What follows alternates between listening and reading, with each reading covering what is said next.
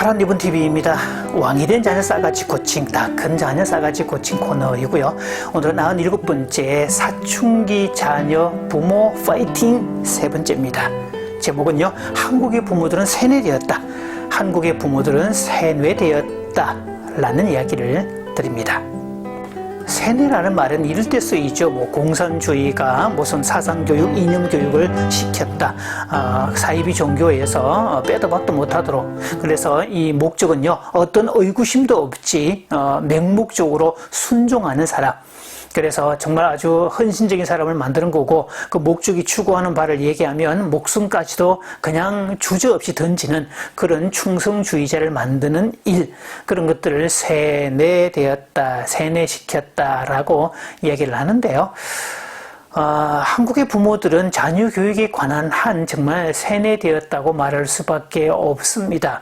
왜냐하면 학교가 하는 말을 액면 그대로 믿고, 방송이 하는 말을 액면 그대로 믿고, 책이 말하는 걸 그대로 믿고, 또 어떤 심리학자가 말을 하면 그것을 액면 그대로 어떤 의구심이나 의문도 품지 않고 액면 그대로 받아들이는 그런 것들을 볼 때 거의 세뇌 수준임을 알 수 있고요.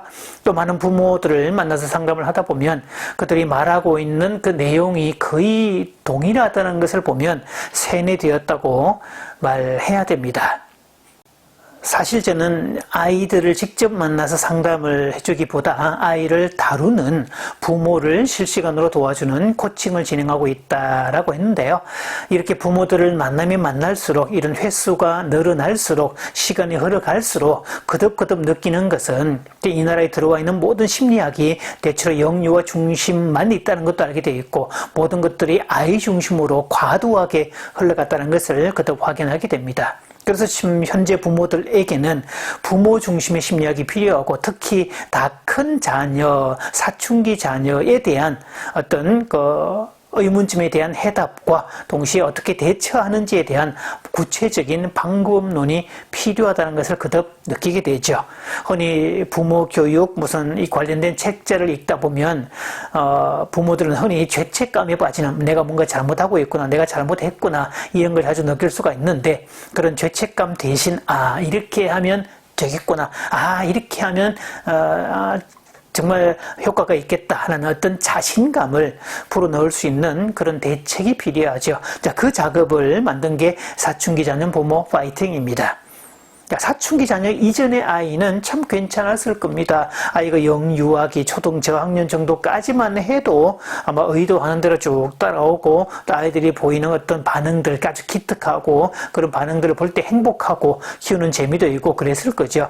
그러다가 최소 초등 고학년 정도가 되면 아이들이 권력의 주체로 등극하면서 단순히 어떤 반항이라는 개념을 넘어서 폐륜이고 무기력의 늪에 빠져 있고 또 무개념 속에 있는 그런 상황을 보면 도대체 뭘 어떻게 설명해야 될지, 어떻게 이해해야 될지, 또 어떻게 대처해야 되는 건지, 아마 그래서 이해 불가에 감당 불가 망연자실했던 그런 부모들이 결코 적지 않을 겁니다. 한국 부모가 세뇌되었다는 그 첫 번째 내용이요, 한국의 부모는 아이가 원하는 대로 해주는 게 좋은 부모다 라는 이야기에 세뇌가 되었다는 말을 드립니다. 우리가 흔히 쿨한 부모, 친구 같은 부모, 무엇이든 예스라고 하는 부모, 아이들이 싫어하는 것을 억지로 시키지 않는 부모가 좋은 부모다라고 생각하는데요, 바로 이것이 세뇌되었다는 뜻입니다. 사실 이것은요, 좋은 부모가 아니라 허용적 부모와 과잉적 부모에 해당이 됩니다. 그래서 이렇게 아이들이 허용적이고 과잉적이 되면 아이는 스스로 독립된 주체가 되지 않고 왕으로 등극하거나 무력한 존재로 전락할 수밖에 없는 개념이 되는 건데요. 사실 부모들 입장에서 쿨한 부모, 친구 같은 부모, 아이들이 원하는 거 해주고 원하지 않는 거 시키지 않는 부모가 좋은 부모라는 그런 의식이 들어온 것은 과거에 배웠던 심리학이 대부분 다 역기능 개념들이었고, 또 본인들 역시 그 부모님들의 부모들의 어떤 어떤 관계에서 보면 대부분 역기능 가정들이었죠. 돌봄이 제대로 제공되지도 않았고 자식도 많았고 무식했고 가난했고 뭐 수직 체계의 어떤 소통 자체는 일방적 소통이었고 아예 뭐 이해라든지 공감이라든지 경청이라든지 이런 단어 자체는 아예 성립이 안 되었던 그런 시대였습니다. 그래서 그런 역기능 가정들을 치료하기 위해서 아이도 독립된 개체고 인격체로 존중해 줘야 되고 이해와 공감을 해줘야 되고 부모가 눈높이를 낮춰서 다가가 줘야 된다. 자식은 우리 집에 머물다 가는 손님이다 라는 그런 이야기들이 나왔던 시대가 그 시대였습니다. 그래서 이 이론이 완전히 틀렸다 이렇게 말할 수는 없습니다. 물론 그것도 지금 당연히 필요한 부분들이지만 시대의 흐름에 따라서 뭔가 좀 상황이 달라졌다는 것은 인정을 해야 됩니다. 또 한 가지는요, 이 시간에 제가 누차 얘기를 드리고 있는 부분들인데 부모가 받은 학교 교육도 역시 아이 중심이라서 그렇습니다.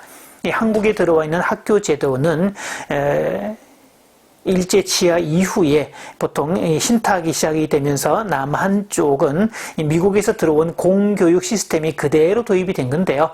미국 공교육은 그 교육 철학의 아버지 존 듀이의 사상을 그대로 담고 있습니다. 이 프로그마티즘의 창시자인데 이 사람이 했던 그 교육의 철학의 기본은 아이가 원하는 대로라는 개념이죠. 아이가 원하는 대로, 아이가 원하는 게 좋은 교육이고 아이가 원하는 대로 해주는 게 좋은 부모라는 그런 의식들, 그것들이 일반 부모 교육이나 학교 교육이나 기타 등등 모든 어떤 하나의 이론 체제가 되었고 그런 내용을 그대로 여과 없이 의심도 없이 의구심도 품지 않고 그대로 받았던 부모들은 아이가 원하는 대로 해주는 부모가 좋은 부모다라고 생각을 했고 원하는 걸 해주지 않고 하지 않는 것을 억지로 시키면 그게 나쁜 부모다라는 데까지 이르렀다는 거죠. 사실 아이가 원하는 대로 고객이 원하는 대로 이것은 휴양지 개념이지 교육이 아닙니다. 사실 이 교육은요 아이를 망치는 지름길이 되고 있죠. 현재 미국도 이 쫀두이 교육 철학을 바탕으로 교육시킨 그 결과가 역반응이 나서 얼마나 골머리를 앓고 있는지 모릅니다. 사실 우리도 한 번쯤 재고해 볼 필요가 있겠죠. 아이가 원하는 대로의 본래 개념을 재확인할 필요가 있습니다. 원래 아이가 원하는 대로라는 개념의 핵심은 아이의 어떤 재능, 특성, 호불호, 어떤 아이의 어떤 진로를 선택하게 할 때, 아이의 직업을 선택할 때 그 아이에게 맞는 곳을 스스로가 좋아하는 쪽으로 선택해서 가라는 개념.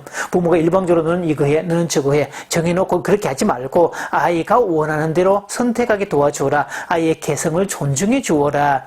이런 쪽의 개념이 원래 개념입니다. 자, 이런 개념에서 아이가 원하는 대로라는 것은 당연히 지켜져야 될 원칙이고요. 얼마든지 그렇게 해줘야 될 필요가 있습니다. 그런데 자, 이 원칙이 너무 과한 나머지, 과도한 아이 중심이 된 나머지 아이들은요, 부모에게, 교사에게, 어른들에게 아무렇게나 말하고 아무렇게나 행동해도 네가 원하면 괜찮다 이런 식으로 거의 세뇌가 되었고, 또 부모들도 아이가 원하면 그렇게 할 수 있다, 원하지 않으니까 그럴 수 있다라고 그걸 암묵적 동의를 해주는 그런 분위기가 만들어졌기 때문입니다. 아이가 원하는 대로의 시기는 발달 단계로 볼 때 갓난아기 시대뿐입니다. 그때는 아이가 원하는 대로 100% 모든 걸 다 맞춰줘야 되죠. 그러나 다 큰 자녀는 자기 조절 능력을 가져야 됩니다. 그리고 교육이란 하지 않고 싶어도 해야 할 것은 해야 되고 또 하고 싶어도 하지 말아야 할 것은 하지 않는 거, 이게 교육의 핵심이고 그것을 잘 이행을 하는 사람이어야 나중에 자기 통제력이 잘 성장한 사람으로, 교양이 풍성한 사람으로 성장할 수 있는 것이지 하고 싶다고 하고 하고 싫다고 안 하고 이렇게 되면 그건 갓난아기 수준에 머물고 있다는 고착 상태의 연속임을 기억을 하셔야 됩니다. 따라서 부모님들은 기존의 심리학, 기존의 어떤 아이 중심 심리학에서 벗어나시고요. 그런 세뇌된 것에서 좀 벗어나시고 눈을 뜰 수 있기 바랍니다. 이 사춘기 자녀 둔 부모님들 파이팅입니다.